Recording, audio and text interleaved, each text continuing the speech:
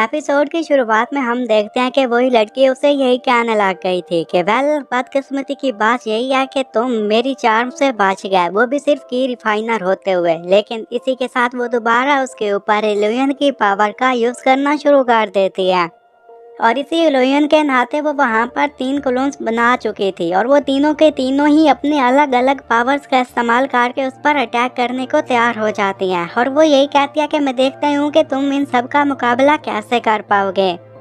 तो वहाँ पर खड़ा हुआ शो थोड़ी देर तक उन्हें देखता रहता है और फिर वहाँ पर शील्ड बना लेता है, जिसकी वजह से उसके अटैक शो का कुछ नहीं बिगाड़ पाते। और ये देखने के साथ वो भी हैरान हो गई थी, उसे काफी ज्यादा गुस्सा आ गया था। वो यही कह रही थी कि आखिर यहाँ पर चल क्या रहा है, इसके तो मैं डिफेंस सिस्टम से आगे ही नहीं जा रही। और इसी गुस्से में वो दोबारा उस पर अटैक करने लग गई थी, लेकिन शो फिर अपनी पावर का यूज करते हुए उनके इन अटैक्स को दोबारा नाकाम कर देता है। और इसको लेकर अब उस लड़की को और भी ज्यादा गुस्सा आ गया था। वो यही कह रही थी कि ये इम्पॉसिबल है।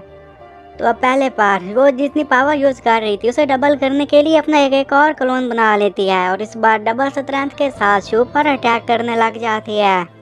और इस अटैक की वजह से वहाँ पर काफी ज्यादा स्मोक हो गया था और वहाँ पर खड़े हुए लोगों को नजर नहीं आ रहा था कि अंदर क्या चल रहा है। हिमन वो लड़की देखने के साथ ये कहने लग गई थी कि लगता है कि मेरा अटैक ये कामयाब हो गया, लेकिन तभी उसे नीचे से रोशनी दिखाई देती है। असल में शो ने अपनी पावर का यूज किया था और उसके इस अटैक को भी आराम से नाकाम कर दिया था और इसी के साथ ही इस पावर की वजह से उसके तमाम के तमाम क्लोन्स को भी खत्म कर देता है और वो भी नीचे गिर जाती है।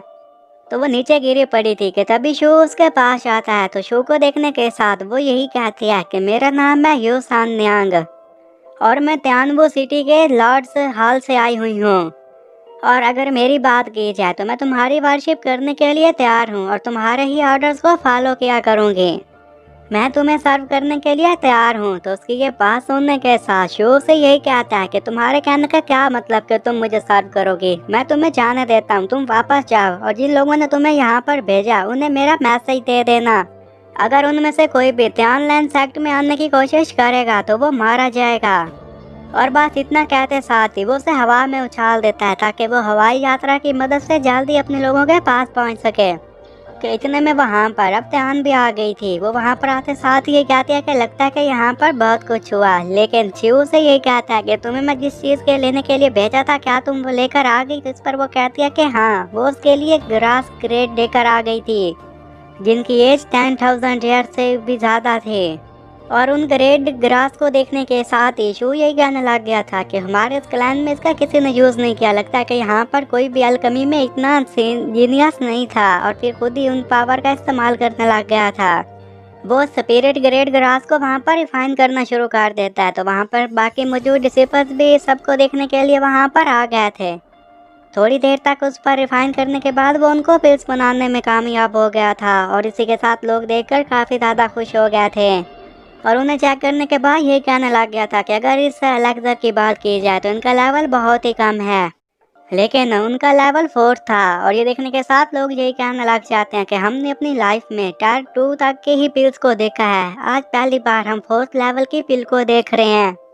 फिर वहाँ पर खड़ा हुआ शो अपने साथियों को वो पिल्स दे देता है और यही कहता है कि तुम इन पिल्स को खा लो ताकि मैं चाहता हूँ कि तुम 1 महीने के अंदर अंदर अपनी फाउंडेशन से आगे पहुँच सको।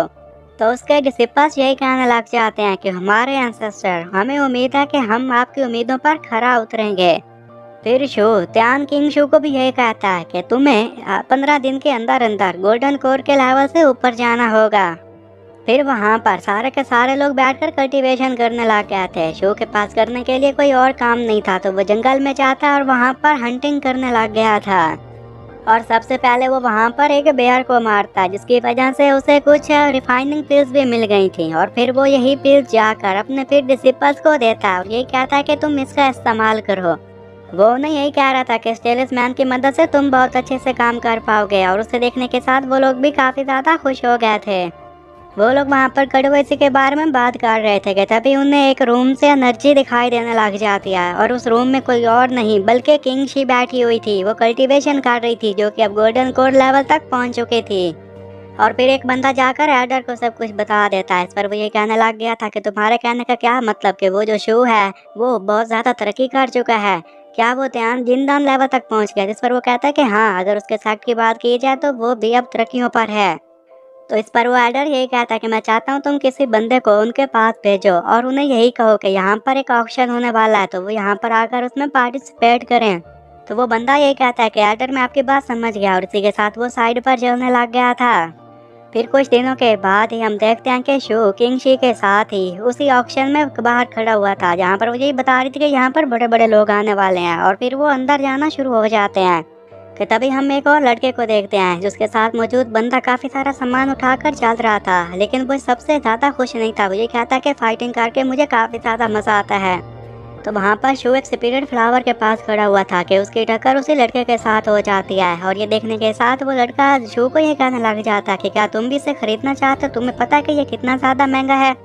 लेकिन वो उस पर कोई खास तवज्जो नहीं देता और साइड पर बढ़ने लग गया था, जिसकी मदद से वो उसे यही कहता है कि क्या तुम डर कर भाग रहे हो, तुम सिर्फ एक की रिफाइनर हो। लेकिन जैसे ही वहाँ पर शू उस पर पावर का यूज करता है तो वो नीचे गिर जाता है। तो उसके साथ मौजूद गार्ड आगे बढ़ता है और ये कहने लग जाता है कि मास्टर क्या आप ठीक हैं। तो इस पर वो कहता है कि आखिर ये बंदा है कौन, लगता तो ये ऑर्डिनरी है लेकिन इसके पास काफी ज्यादा पावर है, और हंसने लग गया था। ये वैसे ऑर्डिनरी तो दिख रहा है, लेकिन मुझे लगता है कि ये पहला पेयरलेस बंदा है जिसके साथ मेरी मुलाकात हुई है, ये सच में काफी ज्यादा स्ट्रॉन्ग होगा। और अपने साथ मौजूद गार्ड को ये कहता है कि मेरे डैड के पास जाकर उन्हें बता दो कि मैं वापस नहीं आ रहा, क्योंकि मैं इस बंदे के साथ काम करना चाहूंगा, इसका स्टूडेंट बनना चाहूंगा। और इतना कहते साथ ही वो उसकी तरफ तेजी से आगे भागने लग गया था। और इसी के साथ ये एपिसोड भी यहीं पर खत्म हो जाता है।